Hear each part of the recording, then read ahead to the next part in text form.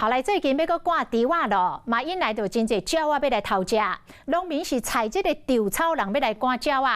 嘉义新港有一区田，这个稻草人是穿清朝的官服，想想一个看袂输是强师，边仔阁有道士哦，都亲像是强师甲道士咧斗法，可见这农民哦，为了要赶鸟仔是步数真短。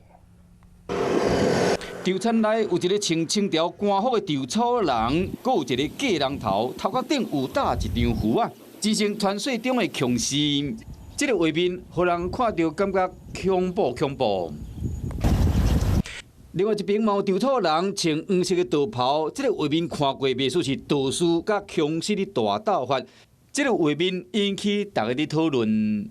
这年轻人种植的伊想法。暗时过看到僵尸，敢会惊？袂，迄暗也无人看。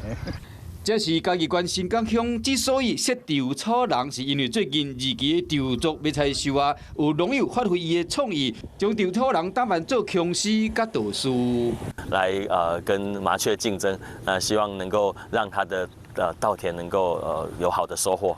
稻草人的外形有800款，前一年梅山乡道几排稻草人，戴鸡笠啊，穿红衫，挂伫半空中，风一个吹，摇来摇去，暗时若看到更较恐怖。另外，依然有农友将稻草人甲做成骑扫帚的红袍，看起来真趣味。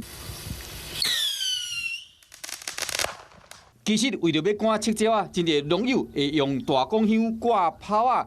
用炮声赶走这个空中的不速之客，只能讲农友为了要互伊的心血付诸东流，用各种办法赶赤鸟啊，是讲将稻草人打扮做各种的模样，嘛互人佩服这农友的创意。Hello， 我是林仙怡，想要抢先掌握最及时的新闻资讯吗？赶快订阅、按赞、开启小铃铛，锁定华视新闻 YouTube 频道。